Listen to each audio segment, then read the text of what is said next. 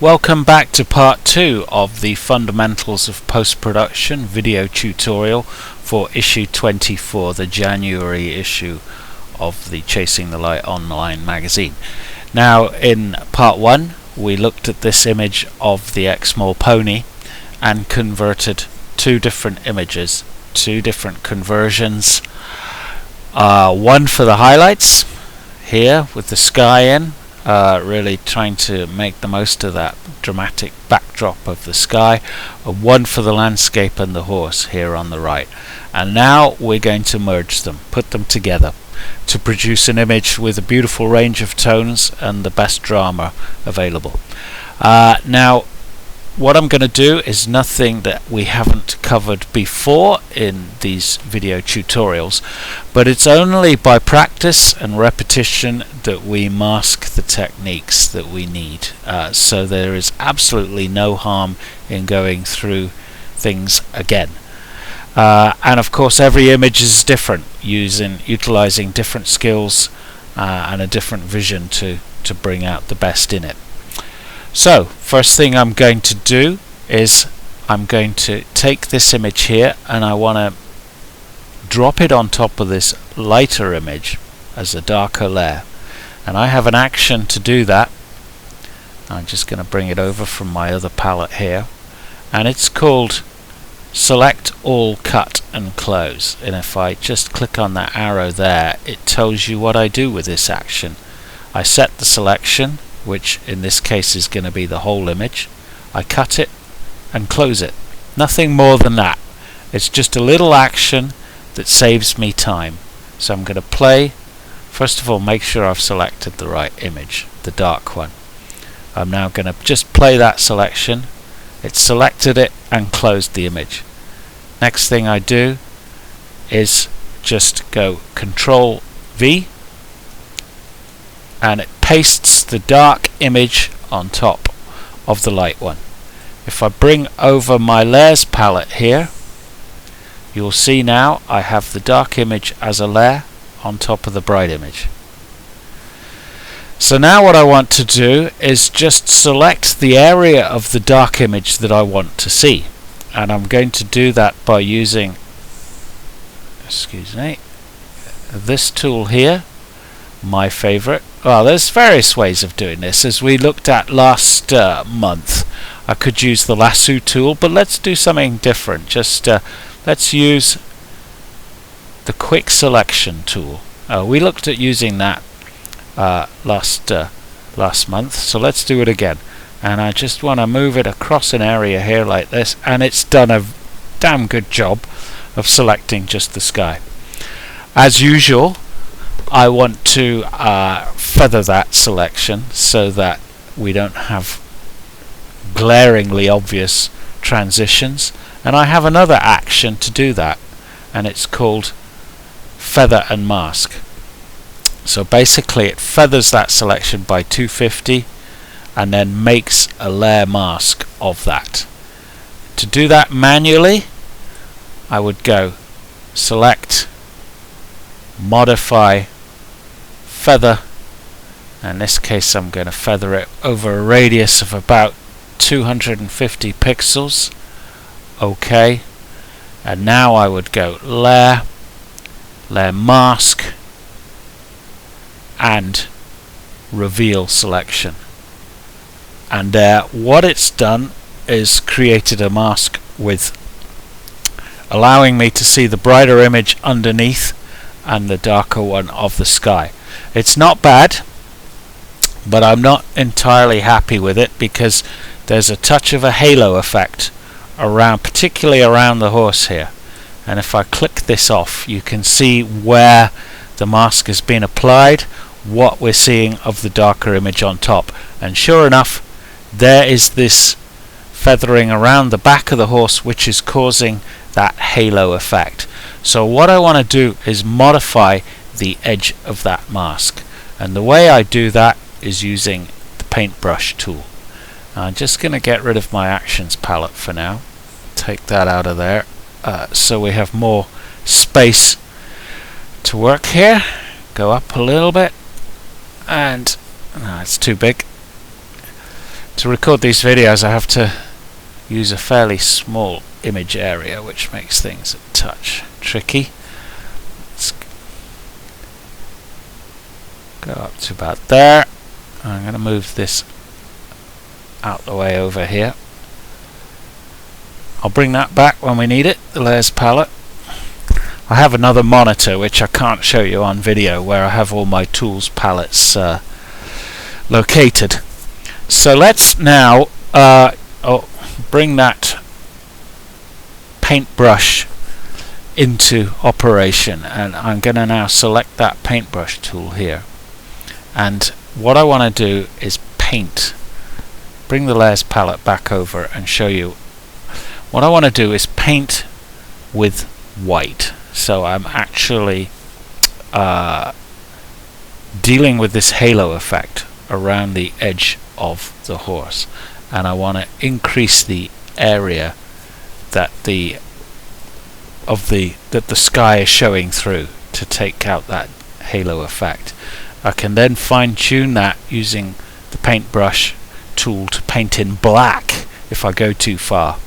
But let's not get ahead of ourselves. So first of all, I select my paintbrush size by using the brackets about that, and then I'll go up here to opacity. I'll leave it around about, I'll go down a bit. It's always best to be subtle and go back should we need it.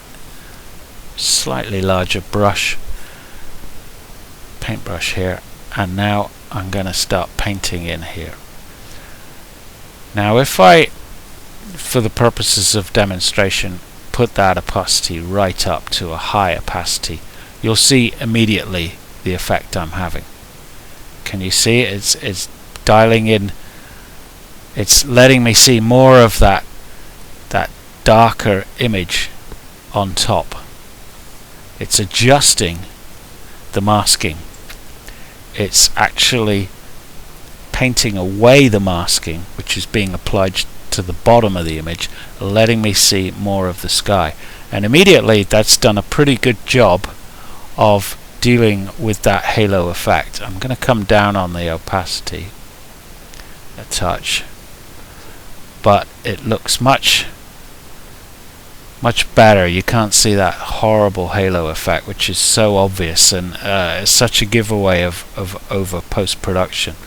If I click on off that icon, you can see how it's dealt with that masking. Now, sorry, dealt with that halo effect. Just going to go up on my brush size and get a bit more of an even effect here.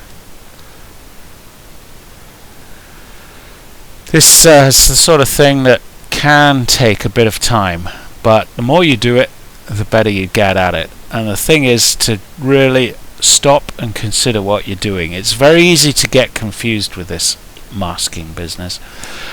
Now what I want to do is, you see the mask is actually allowing some of the horse's back there is a bit overly darkened. What's happening here is the darkening effect of the sky is incurring onto the back of the horse. So now what I can do is first of all go for a smaller brush size, and then by hitting the X button I change what I'm painting with from white to black. There, you see black's come into effect now, and this is going to enable me to actually apply more of the mask to this area that I'm painting with, so that I can see that information, those wonderful tonal information in the horse's coat come through just at the top there. Again, it's what we're doing is fine-tuning the selection and just making sure there are no ugly halo effects to the image. And generally speaking, I could go on fine-tuning this till the cows come home. There's still a bit of a halo effect there, so I'm going to go down to a much smaller brush size, go back over here, hit the X, so I'm painting with white again, so that's having the effect of darkening down that area of the image just up here where there was a touch of haloing apparent along the horse's back. And when I'm happy with that, I stand back and look at the image and appraise. What do you reckon? Now if I bring this layers palette in here, we have the dark bit. I'm just going to fine tune further that mask. Go up with my brush size, come over here, make sure I'm painting with black. There we go. That's just making sure all the information from the horses that we want from the horse's coat is there.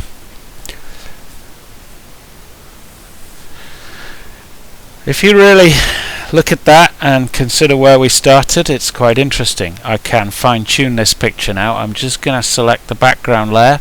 I'm going to use the halo tool here, and I'm just going to paint around the bottom area of this image like this. I'm going to feather that selection using an action here. Feather that selection by about 80 pixels. Move that out of the way again. And now going up here, image adjustments, curves.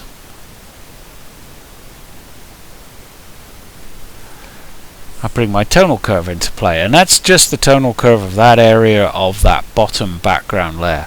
And I would just want to adjust my black and white points there, so I hit show clipping button there. I can move this white point all the way in to there before I start losing any information, with the black point to about there. And just look at the little effect that has on that picture. It just, on that area of the image, it's a bit flat and boring as is. Just puts a bit of contrast in.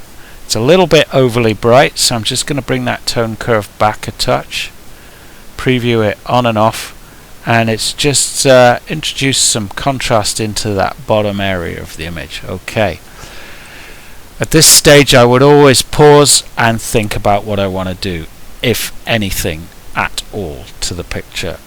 There's still a touch of haloing around here. I could carry on dealing with that, but it's certainly looking positive. And what I'm going to do now is just get rid of these pallets here, so they're a bit confusing. And I want to open up an image which is a conversion of the same image that is straight out the camera, no adjustments at all. And go window, arrange, two up vertically, show them next to each other, and reflect on what we're doing with this post-production game. This picture here has drama, bottle, it's got a dramatic sky, maybe it's a touch over the top. I think I may choose to go back to that image and just fine tune this top layer here to go to look a little bit less dense, to about there maybe. I think it's a touch over the top at the moment. That's probably about it. There, I reckon I'm pretty much finished with the picture. And if you compare it to where we started, and what the game of post-production is all about, is when I was there with the camera, I was looking at this scene, obviously concentrating on the horse and what it was doing, but I was well aware that the sky, the clouds in the background were dramatic, and I was making this mental calculation as I shot the picture as to how I could hold on to that detail to bring about a picture like this. And that's what it's all about, bringing out all the information that is there to be had. Okay, so we've looked at some interesting things here, and we'll carry on this journey of discovery, the fundamentals of post-production, next issue in the new year. Merry Christmas.